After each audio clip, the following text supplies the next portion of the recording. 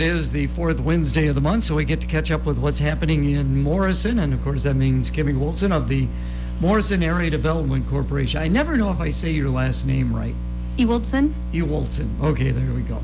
Either way. Your maiden name? Jansen. Much easier. Way easier. Yeah, KJ. Tried. I can call you KJ. Actually, that's what my nickname was. So yeah. Was it really? Yeah, I missed that. Yeah, Okay. I thought when I came back I had to be like professional and go to Kim or Kimberly, and Yeah. I missed KJ. That's Yeah. We can go with that. I was always Debs. Makes sense. Yeah. So what's happening over in Morrison? So a lot of good things are happening. I think the last time I was here, we talked about again, the Department of Fun just continues to get creative, and so we needed to celebrate, of course, our street lighting. We got new street lights as part of the Main Street reconstruction. So we held our first Glow Parade, which was, UTVs, ATVs, golf carts, all decked out in neon lights. They had prizes for some of them.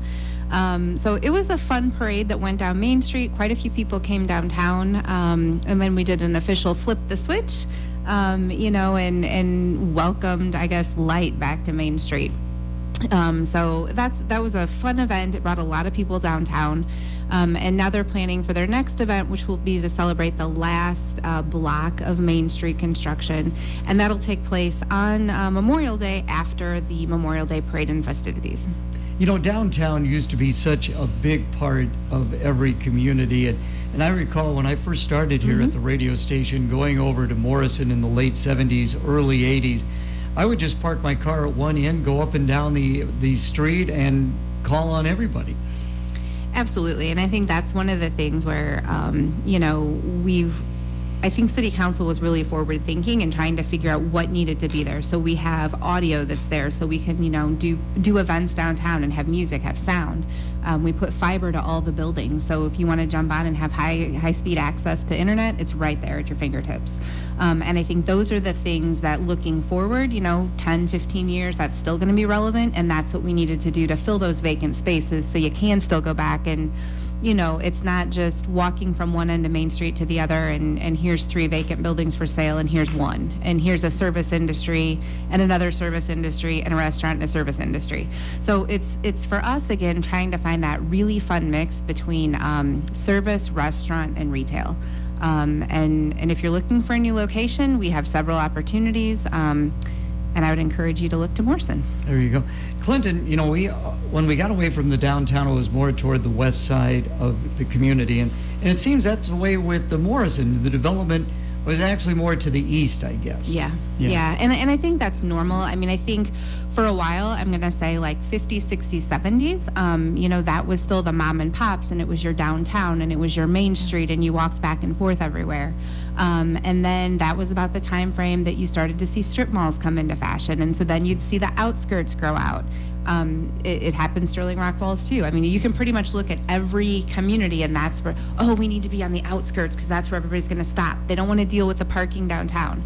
And now it's kind of trickled back downtown with the Main Street programs, with the revitalization efforts, with just re-enhancing all of the buildings in our downtowns. They're either going to crumble or you have to fix them.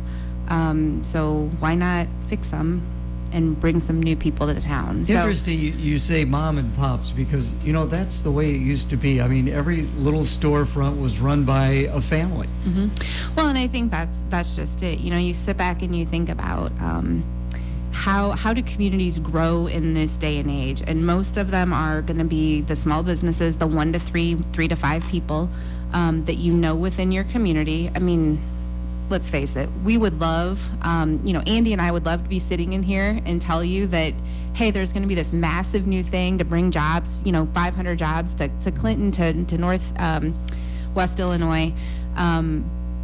But that doesn't happen a lot anymore. So we really need to go back and focus on the smaller ones. And honestly, I can look, I know your brother works in, the Sterling Rock Falls Dixon area, and we've talked about this.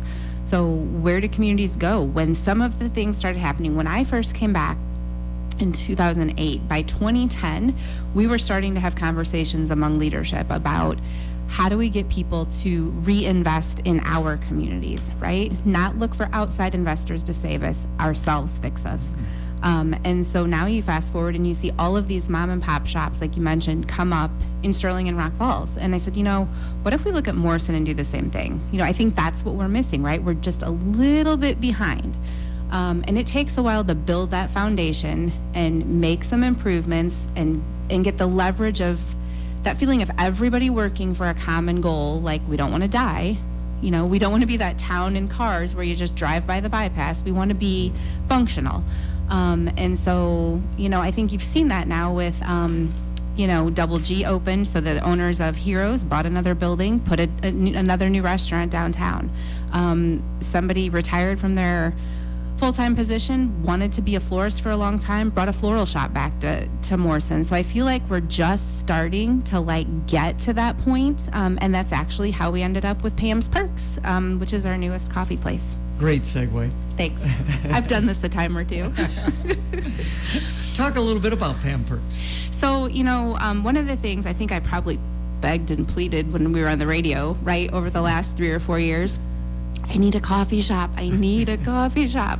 And so just about Christmas time, we got some chattering that there was a local person that was interested in bringing a coffee truck to Morrison as a starting point. And so about 2 or 3 weeks ago now, Pam's Perks opened. It is literally, she bought a food truck from another restaurant and parked it at the end of the Superwash parking lot, where Schuler Motors used to be at the west edge of town, just inside city limits. And she's got, she's open Monday through Saturday, and is doing a phenomenal business. I went on opening day because how can you not, right?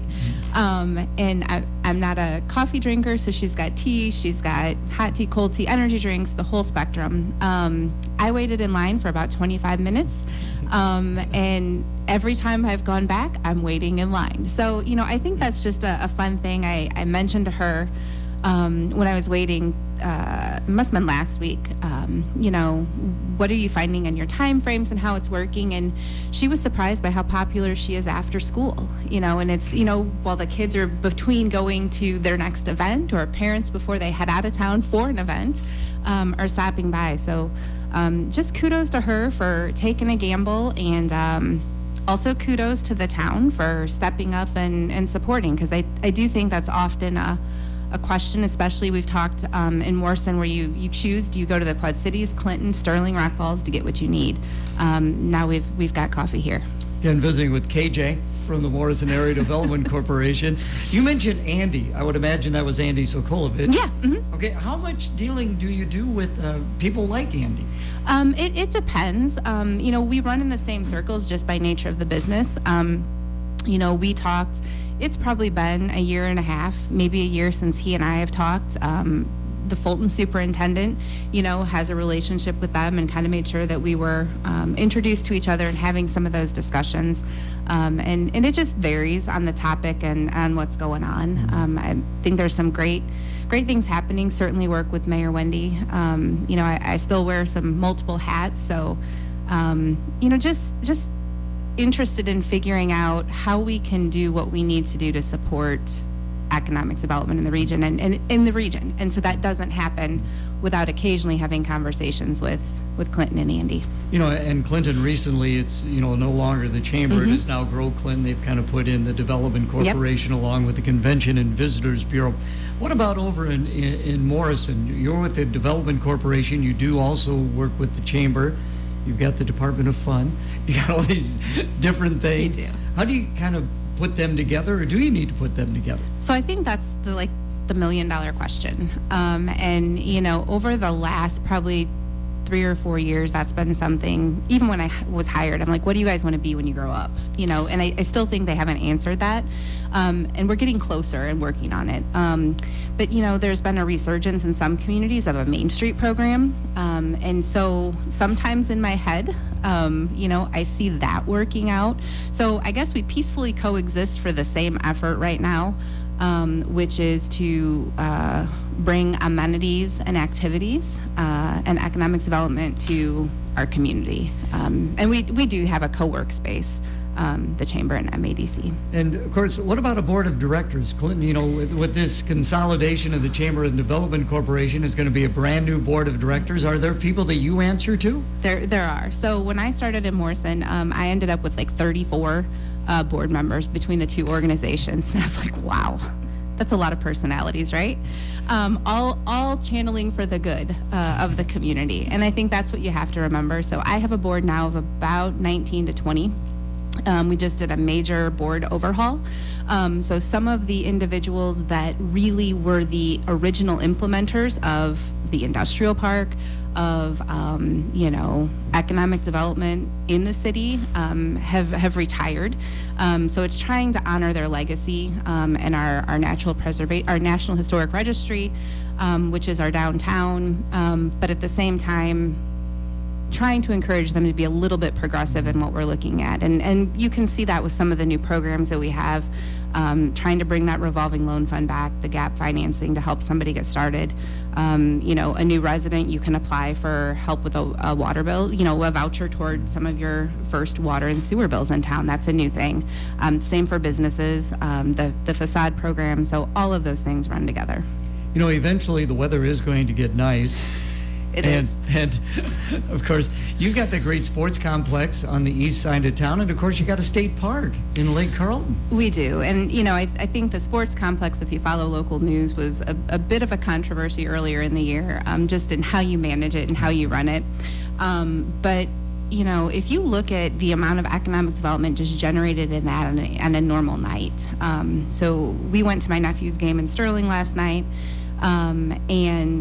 As I'm driving by, there's 2 games happening right there in Morrison. And that'll be happening every night, pretty much from now until the end of June or July, middle of July, and the state park. So I think that's the other thing we like to do is capitalize on the amenities. And we have some businesses now that are owning Airbnbs that want to talk about how do we put together some day packages for people coming to stay with us. So I think those are all things that will be on the horizon. Do you get a lot of out-of-state people who come to the state park to camp? Yeah.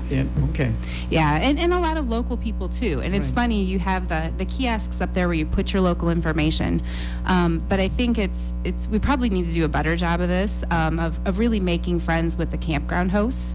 Those are the people that if you're staying there, you might go to and say, I need to go to church, or I need to get this or that, or have a birthday party I have to run to, where do I go?